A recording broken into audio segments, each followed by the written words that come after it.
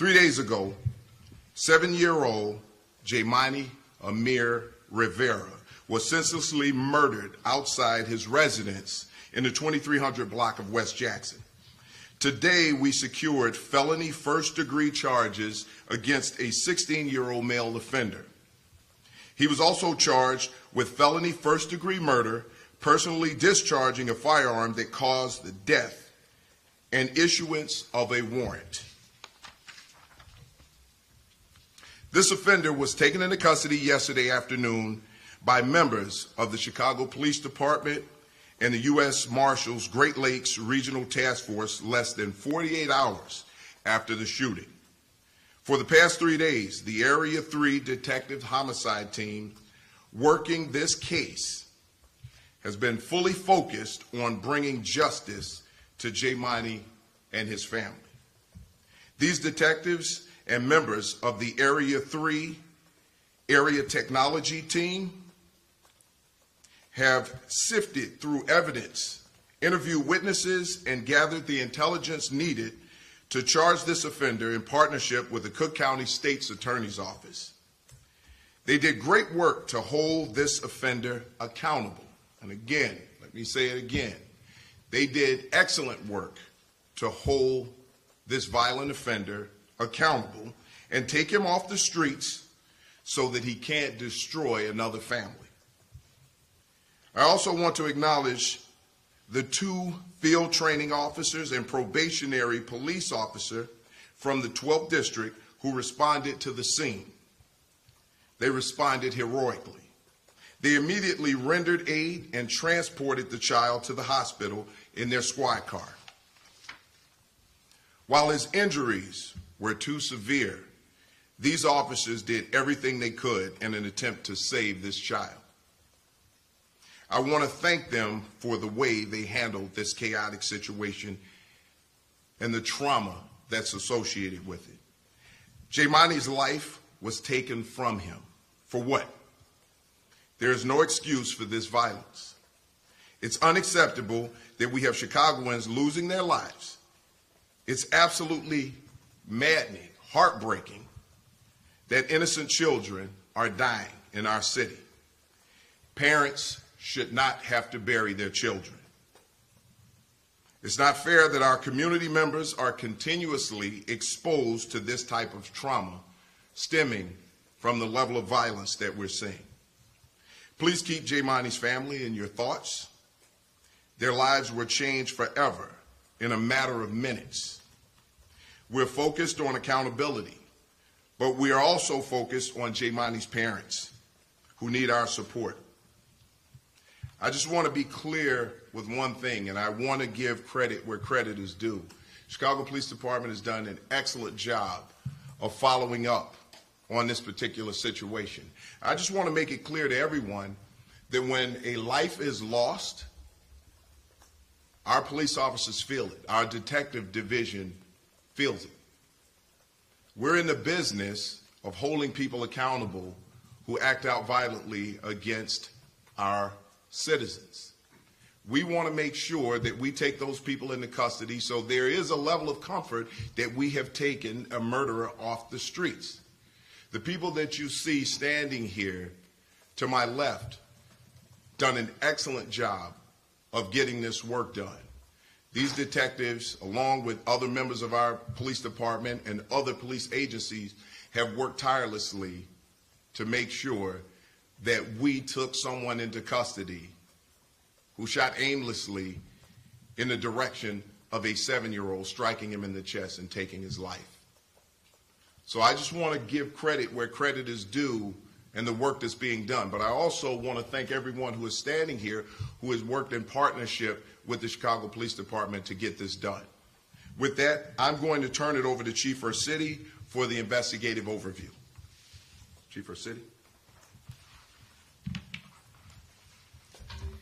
I want to echo Superintendent Snelling in asking for our city to focus on Jaimani's family. They are going through the unimaginable at this time and need our support. I'm going to provide a brief overview of the investigation conducted by Area 3 detectives. Their work is why we were able to take this offender into custody within 48 hours of the shooting. Detectives immediately responded to the scene this past Tuesday and recovered video evidence of the shooting. The 16-year-old offender is seen approaching on foot before he stops and opens fire, striking Jaimani. The video shows the offender fleeing on foot. Members of the Area 3 Technology Center continued to canvass for video near the scene and, with the support of the community, were able to document his movements before and after the shooting. Using this video, detectives were able to disseminate the offender's image to officers in a bulletin seeking to identify the individual. 12th District officers recognized the offender and provided detectives with the identity. It was learned he had an active warrant for a failure to appear in court on an unrelated arrest. Additionally, detectives received an anonymous tip through the tip line that assisted in identifying the offender. Members of the CPD and the U.S. Marshals Great Lakes Regional Fugitive Task Force were able to locate the offender at his residence on the 1800 block of West Monroe, where he was arrested. A stolen weapon that was not used in this crime was also recovered at the scene of the arrest. These homicide cases are always difficult, but it's very difficult when it's an innocent child. I want to reiterate the amount of work the Area 3 Detective Division did in just a few short days to bring justice in this case and a measure of closure to Jaimani's family. I'll now turn it over to First Deputy of the Office of Community Safety, Natasha Scott. Good evening. On behalf of the Mayor's Office, I would like to send my sincere, heartfelt condolences to the family of Jaimani. As a mother of a young boy who is 2 years older than Jaimani, this hit home a little differently. While I'm sad to be here before you today, I am pleased that CPD has the offender in custody. This is what the full force of government looks like. Collaboration amongst the Chicago Police Department, as well as the Mayor's Office of Community Safety, in conjunction with the Community Safety Coordination Center, that has provided wraparound services not only to the family, but to all parties that were involved in this tragedy. We will hold this offender accountable.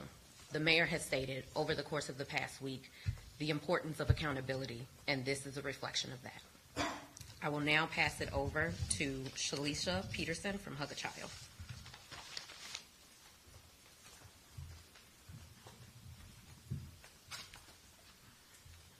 Good evening. I just want to say on behalf of the family, they are devastated and they are critically, mentally not capable to speak at this time. This is tragic that Jaimani's life was taken, but I want to thank the detectives for giving this investigation all they got to bring justice for Jaimani. Hug a Child, Make a Change is a nonprofit social service network that helps with resources for parents, gun violence prevention, mental health services, housing, and other entities that can help in these services. We're boots on the ground. We walk with the families. We support them. We're victim advocates. And we show them the compassion and generosity and authenticity in these time of needs. But we don't want to continue burying our babies. So we are going to get involved in community with the mayor's office, the city officials, and all gun violence prevention organizations that can help the police department keep our community safe. Thank you.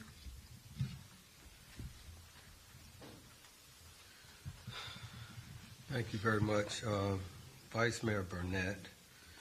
First of all, thank you all for gathering here tonight.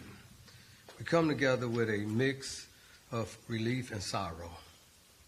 Relief because of our diligent and dedicated police force has successfully apprehended the individuals responsible for a tragic and senseless act of violence. Sorrow because we must face the heartbreaking reality that another young life has been taken too soon. First and foremost, I want to extend my deepest condolences to the family and my friends of the victim and friends of the victim. No words can fully capture the depth of your loss, but please know that our hearts and thoughts are with you during this time of your loss. The swift action of our police department in apprehending the suspect is a testament to their unwavering commitment to justice and public safety. Their work often goes unnoticed, but today we recognize their tireless efforts and dedication. I want to thank each officer involved in this case for their professionalism and perseverance. But as we stand here today, we must also confront the broader issue that leads to such tragedies. This incident is a stark reminder of the challenges we face in addressing violence among our youth. It calls upon all of us, community leaders, parents, educators, and neighbors to come together and find sustainable solutions to prevent such incidents in the future. We must invest in our youth, provide them with opportunities, mentorship, and support systems that steer them away from violence and towards a path of growth and success. We must work to create safe spaces for our young people where they can feel valued, heard, and hopeful for a brighter future. This tragedy also underscores the importance of addressing underlying issues such as poverty, lack of access to education, and the systemic inequities. It is only by tackling these root causes that we can hope to create a safer and more just society for all. Let this moment be a call to action for each of us. Let us honor the memory of the young life lost by committing to make a difference in our community. Together we can work towards a future where such tragedies are no longer a reality. I also want to mention the other day when the superintendent and the mayor spoke, the mayor was frustrated. And it put me in the frame of thought of him being a school teacher. Having the idea that these were young people killing young people. And being a teacher, you know, as he was talking, I can hear him talking to young people in the class. Like, what are you all doing? He said, what do you all want in this city?